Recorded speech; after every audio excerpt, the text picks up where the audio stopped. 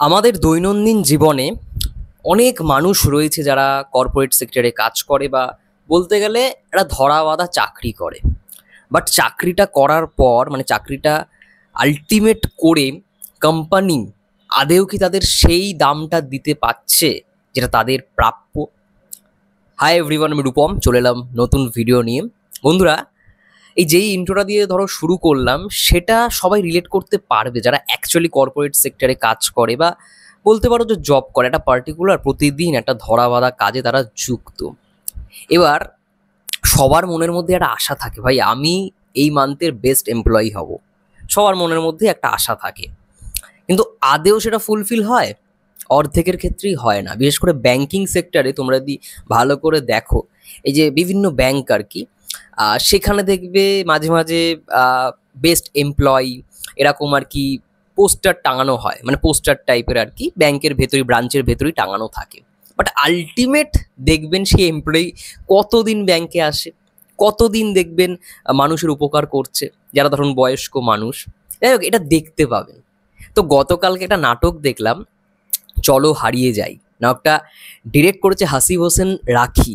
তার নাটক আমি আগে দেখেছি, খুব ভালো ভালো তিনি নাটক বানায়।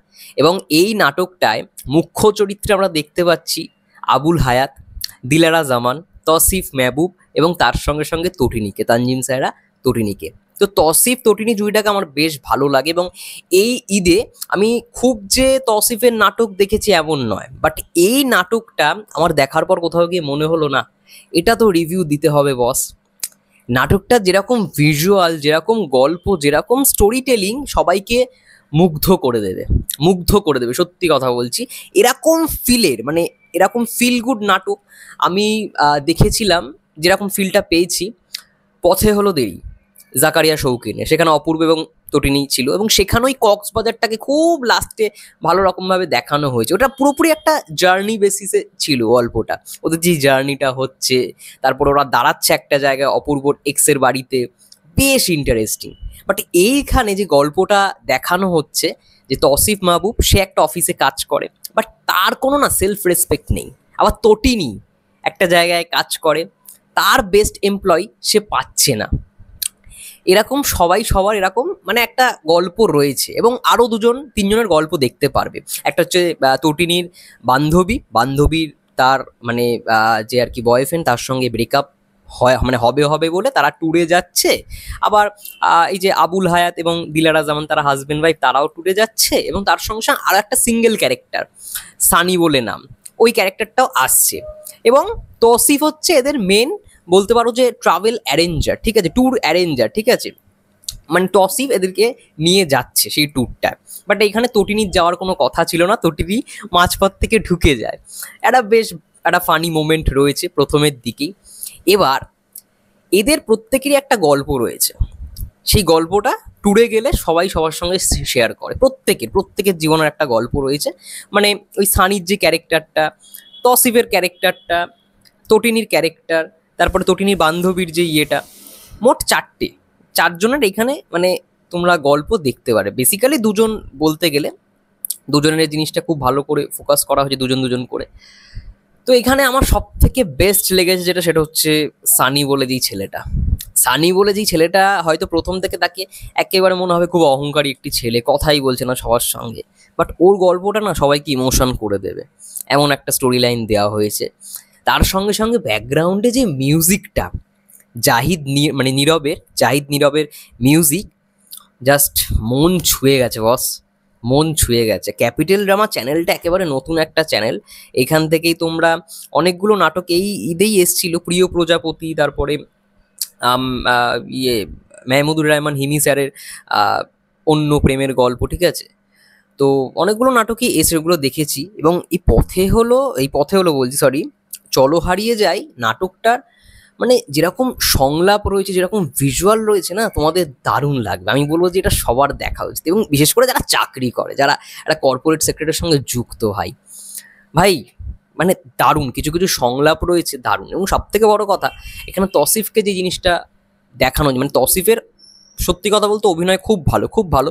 আর এইখানে যেরকম বডি ল্যাঙ্গুয়েজ আর এক্সপ্রেশন, একটা সিন রয়েছে জাস্ট আমার হেব্বি লেগেছে বলতে পারো, মানে জাস্ট ফাটিয়ে দিয়েছে তৌসিফ ওই জায়গায়।